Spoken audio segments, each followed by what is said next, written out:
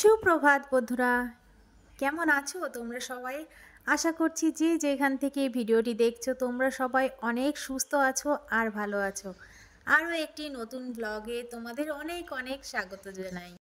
আর আজ বুধবার, আজ কিন্তু দ্বাদশী। আর সকালবেলায় দেখো থালা বাসন মাজতে বসেছি। আর আগের দিন রাতে যেহেতু একাদশী ছিল, তাই জন্য এঁটো কাটায় কিছুতেই হাত দিইনি। তো এই যে থালা বাসনগুলো জমা হয়েছিল সেইগুলো এখন মেজে নিলাম। আর আজকে যেহেতু দ্বাদশী, আর দ্বাদশীর দিনে একাদশীর পালনটা করতে হয়, সেই জন্য সকাল সকালেই কিন্তু কাজে হাত দিয়েছি। আর আজ আমার উচিত ছিল ব্রহ্ম মুহূর্তে ঘুম থেকে উঠেই ঠাকুরের পুজো পাঠটা দিয়ে নেওয়া, কিন্তু আগের দিন যেহেতু সারাদিনই না খেয়ে থাকা বলবো না, অর্ধেকটা বেলা না খেয়েছিলাম, তারপর ফল আর জল খেয়ে আমার একাদশীর ব্রতটা করেছি। তো তাই জন্য না শরীরটা ভীষণই টায়ার্ড ছিল, ওই জন্য আর ভোরবেলায় ঘুম থেকে উঠতেই পারিনি। জানো তো বন্ধুরা, আমি একাদশী করার পর থেকে না একটা অদ্ভুত শান্তি অনুভব করি। আর আমি সব সময় মনে করি যে আমি নিজে যাতে ভালো থাকবো, যা করলে শান্তি পাবো সেই জিনিসটা করব।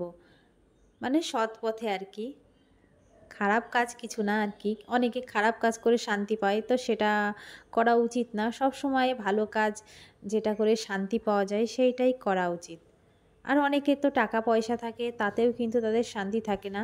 তো শান্তি জিনিসটা আলাদা, টাকা পয়সা ধন দৌলত দিয়ে কিন্তু সেটা কিনতে পাওয়া যায় না।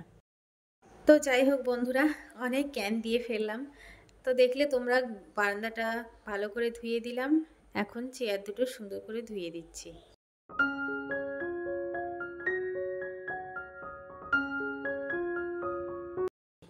আর গতকাল রাতে এখান দিয়ে প্রচুর পিঁপড়ে উড়েছিল, আর তাদের পাখনাগুলো কিন্তু এখনও রয়ে গেছে। তো আমি পাইপ দিয়ে সমস্তটা ধুয়ে একদম পরিষ্কার করে দিয়েছি। আর উঠোনটাও ধুয়ে দিলাম, না হলে উঠোন থেকে পাখনাগুলো আবার উড়ে উড়ে ঘরে চলে আসবে। সেই জন্য একবারে উঠোনটাও পরিষ্কার করে ধুয়ে এখন উপরে এসেছি। দিয়ে উপরের ঘরটাও কিন্তু এখন ঝাড় দিয়ে দেব। সকালবেলা বাসি ঘর না ঝাড় দিয়েই আমি তাড়াহুড়ো করে নিচে চলে গিয়েছিলাম, যেহেতু 7টা 20-র মধ্যে স্নান ধান সেরে আমাকে পুজোটা দিয়ে দিতে হতো, তাই জন্যই তাড়াহুড়ো করে চলে গিয়েছিলাম। তো এখনও প্রচুর টাইম রয়েছে, আমার তাড়াতাড়ি কাজকর্ম হয়ে গেছে। আসলে সকালে ঘুম থেকে ওঠার অনেক সুবিধা রয়েছে, তার মধ্যে এটাও একটা যে তাড়াতাড়ি সমস্ত কাজ হয়ে যায়। তো 5টার সময় আমি উঠেছি, আমার 4টের দিকে উঠলে ভালো হতো, তো সেটা যেহেতু হয়নি, আর কি করা যাবে। আর এখানে দেখো সারা ঘরে কত পাখনা ছড়িয়েছিল, তো সমস্তটাই আমি কিন্তু ঝাড় দিয়ে পরিষ্কার করে দিয়েছি। আর এই শালিক পাখিগুলো দেখছো, এরা ভোরবেলা থেকেই কিচিরমিচির শুরু করে দিয়েছে। আর এই যে টিনের চালে প্রচুর পিঁপড়ে আর পাখা পড়েছিল, সেই সমস্ত এরা খাচ্ছে। জানো তো বন্ধুরা, সারাদিনে আমি আমাদের বাড়িতে আর কি যে পরিমাণে পাখি দেখি, তাতে মনে হয় না যে পৃথিবীতে পাখি কমে গেছে। মানে সব সময় আমাদের বাড়িতে পাখি কিচিরমিচির করতেই থাকে।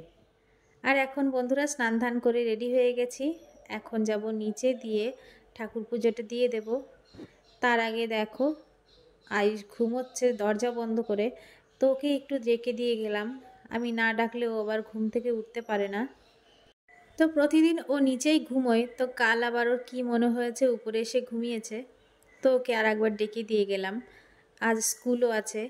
আর যাওয়ার সময় দেখো কত জামা কাপড় কেচেছি, সেইগুলো নিচে নিয়ে যাচ্ছি। আর সকালবেলায় দেখো আমার ঠাকুর পুজোটাও দেয়া হয়েছে। তো সকালবেলায় ঠাকুরকে আতপ চাল আর ফল নিবেদন করেছি, ওখান থেকে এক টুকরো তুলে নিয়েই আমার পারণটা কিন্তু আমি সেরে নিয়েছিলাম। তারপর রান্নাঘরে চলে এসেছি, যেহেতু আইস স্কুলে যাবে, তো একটু রান্না বান্নারও তাড়া রয়েছে। আর এখন মোচা বানাতে বসে পড়েছি। তো মোচা বানাতে খুব একটা টাইম লাগবে না। আর প্রথমে মোচাটাকে আলাদা করে নিলাম। আর আমি আজকে দুটো মোচা নিয়ে বসেছি। এই মোচাগুলো আমাদের মানে কলা বাগান থেকে নিয়ে আসা হয়েছে। আর এই মোচাগুলো 22 কলা বলে, তারই কিন্তু মোচা। তো মোচাগুলো আমি ছাড়িয়ে নিচ্ছি। আর দেখো বন্ধুরা আমি কীরকম করে মোচা ছাড়াই, তো তোমরাও আমার মতো এইভাবে মোচা ছাড়িও, দেখবে খুব তাড়াতাড়ি কিন্তু মোচা ছাড়াতে পারবে। তো প্রথমেই আমি একটা কলার ফুল নিয়ে নিয়েছি। তো এইগুলোকে প্রথমে আঙুলের সাহায্যে একটু ঘষে নিলাম, তারপরে যে দেশলাইয়ের কাঠির মতো জিনিসটার প্রথমে তুলে নেব সমস্তটা। আর এই দেখো আঙুলের মাঝে মাঝে দিয়ে এই যে কাঠিগুলো উপরের দিকে নিচ্ছি আর ফুলগুলো সব নিচের দিকে রাখলাম। এইবার এইগুলোর সমস্তটা টান দিলেই কিন্তু চলে আসবে। আর দুই একটা সামনের দিকে যে শক্ত অংশ থাকে ওটাও কিন্তু নরম হয়ে যায়, দিয়ে টান দিলেই খুলে আসে। তো এইভাবে সমস্ত মোজা আমি তাড়াতাড়ি ছাড়িয়ে নিই। আরও আগের একটি ভিডিওতে আমি কিন্তু মোচা ছাড়ানোর পদ্ধতিটা দেখিয়ে দিয়েছিলাম, তো যারা দেখোনি তাদের জন্য আবার নতুন করে দেখিয়ে দিলাম। আশা করছি তোমাদের সুবিধা হবে। তো চলো বন্ধুরা, এখন দেখাই কিভাবে মোচা কাটলে হাতে একদম কষ লাগবে না কিংবা দাগ হবে না।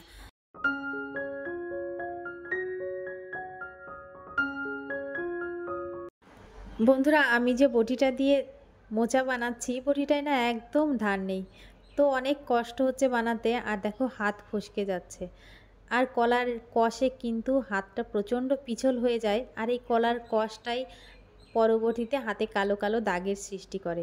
তো দেখো বন্ধুরা, আমি হাতটা বারে বারে জল দিয়ে ধুয়ে নিচ্ছি। শুধু একটা হাত না, দুটো হাতই মাঝে মাঝে পাল্টে পাল্টে জলে চুবিয়ে কিন্তু ধুয়ে নিতে হবে। না হলে এই যে কলার যে কষটা হাতে একবার শুকিয়ে গেলে না খুব বাজে রকমের দাগ হয়ে যায়, তোমরা তো জানোই। আর দেখবে যে কোনো সবজি যদি কাটার সময় দেখতে সুন্দর হয়, রান্নার পরেও কিন্তু দেখতে সুন্দর হয়। তো সবজি বানানোটাও কিন্তু একটু সুন্দর করে বানালে ভালো লাগে দেখতে। তো আমার বটিতে যেহেতু ধার নেই, তো বানাতে প্রচণ্ড কষ্ট হচ্ছে আর একটু বড় বড়ও হয়ে যাচ্ছে।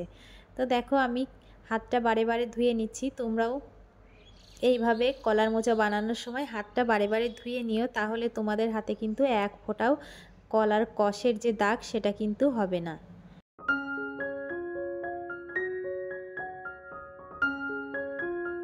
আর এখন দেখো সমস্ত সবজি আমি বানিয়ে নিয়েছি। তো আজ যেহেতু নিরামিষ রান্না করব, তো দেখো অনেক রকমের রান্নাবান্নাই হবে। মুগের ডাল, উচ্ছে ভাজা আর কলার মোচা ঘন্ট করব। তো সমস্তটাই গুছিয়ে নিয়েছি। আর এই যে উচ্ছে ভাজা আর মুগের ডালটা রান্না হয়ে গেছে, তোমাদের আর দেখালাম না। আর এখন চলো আমি কিভাবে মোচা রান্না করি তোমাদের দেখাই। তো তেলের উপর দিয়ে দিয়েছি তেজপাতা, শুকনো লঙ্কা আর কতগুলো এলাচ, দারুচিনি। তারপর দিয়ে দেব সামান্য পরিমাণে আদা বাটা আর জিরে বাটা। তো জিরে ফোড়ন হিসাবে আমি দিচ্ছি না, যেহেতু জিরেটা বেটে দিয়েছি সেই জন্য আর ফোড়ন হিসেবে দেব না। আর আজকে আমি মোচা ঘন্টটা চেরা কাঁচা লঙ্কা দিয়ে করব। তোমরা চাইলে লঙ্কাটা বেটেও দিতে পারো, তো আমি এইভাবেই দিচ্ছি। আর এখন মোচাটা দিয়ে দেব। তো মোচাটা আমি কিছুক্ষণ জলে ভিজিয়ে রেখেছিলাম, বেশিক্ষণ না, যতক্ষণ বানাতে টাইম লাগে আর কি, সেইটুকুই জলে ভিজিয়ে রেখেছিলাম। তারপর এখন দেখো রান্না করতে শুরু করে দিয়েছি। তো কিছুটা পরিমাণ নুন দিয়ে ভালো করে নাড়াচাড়া করে মোচাটা আমি ঢেকে দেব। মোচার মধ্যে যে অতিরিক্ত জলটা থাকবে সেটা শুকিয়ে যাবে। তারপর দেখো বন্ধুরা কতটা জল বেরিয়েছিল, তো জলটা আমি কিছুক্ষণ মোচাটা নাড়াচাড়া করে জলটা শুকিয়ে দেব। দেখেছো একদম জলটা শুকিয়ে গেছে। এখন দিয়ে দিচ্ছি হলুদ গুঁড়ো। তো তোমাদের যদি একটু লেগে ধরে সামান্য পরিমাণ জল দিয়ে দিতে পারো। আর হলুদ গুঁড়োটা দেওয়ার পরে আমি কিছুটা পরিমাণ চিনি দিয়ে দিচ্ছি। যাদের চিনি পছন্দ না তারা নাও দিতে পারো। আর এখন এই যে আগের থেকে ভেজে রেখেছিলাম আলু, সেটা দিয়ে দিচ্ছি। আর বন্ধুরা অনেককেই আমি দেখেছি কলার মোচা রান্না করার আগে সিদ্ধ করে নেয়, আবার নুন মাখিয়ে রেখে দেয়।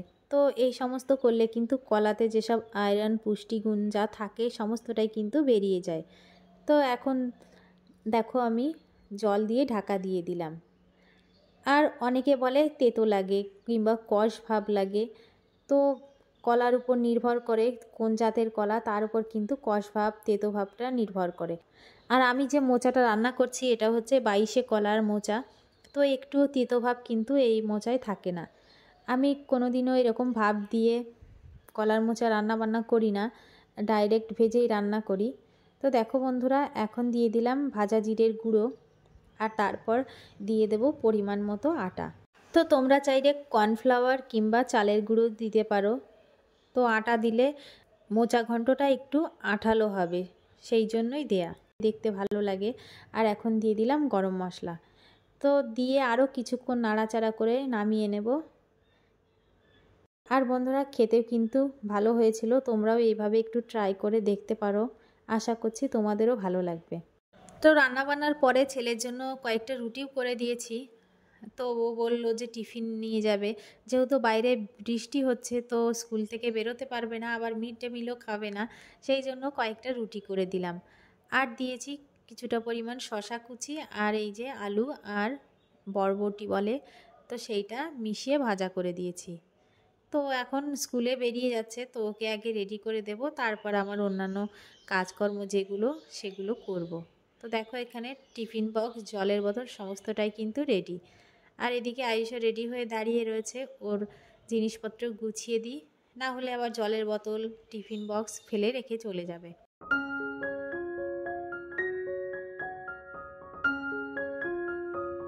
এখন বাজছে বেলা 12টা মতো, আর এদিকের কাজকর্ম আমার কমপ্লিট হয়ে গেছে, যেহেতু আজ সকালবেলায় ঘুম থেকে উঠে সমস্ত কাজকর্ম করেছি, আজ কিন্তু তেমন কাজের প্রেশার নেই। আর এখন দেখো কয়েকটা জামা কাপড় ভাঁজ করে নিচ্ছি, তো এগুলো এলোমেলো হয়েছিল, তো ভাবলাম ভাঁজ করে যার যার জায়গায় রেখে দিই। তো বন্ধুরা, তোমাদের আজকের ভিডিওটি কেমন লাগলো? যদি ভালো লেগে থাকে তাহলে অবশ্যই কমেন্ট করে জানিও, সাথে একটা লাইক করে দিও। আর নতুন বন্ধুরা যারা আমার চ্যানেলটি এখনও সাবস্ক্রাইব করোনি, তোমাদের যদি ভিডিওটি ভালো লেগে থাকে তোমরাও চ্যানেলটি সাবস্ক্রাইব করতে পারো।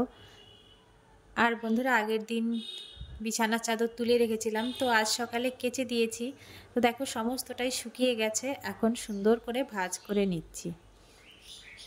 আর এই জামাকাপড় ভাঁজ করে পরিপাটি করে রাখলে দেখতেও কিন্তু সুন্দর লাগে, আবার ঘরটাও কিন্তু গোছালো থাকে। অনেকেই আছে চেয়ারের ওপর জামাকাপড়গুলো রেখে দেয়, তো দেখতে কিন্তু ভীষণই বাজে লাগে। একটু ভাঁজ করে নিতে টাইম লাগে, কিন্তু দেখতে কিন্তু অনেকটাই সুন্দর লাগে। আর এখন দেখো আমার সমস্ত জামাকাপড়, বিছানার চাদর ভাঁজ করা হয়ে গেছে, এখন যার যার জায়গায় রেখে দিলাম। তো বন্ধুরা, ভিডিওটি এই পর্যন্তই। টাটা।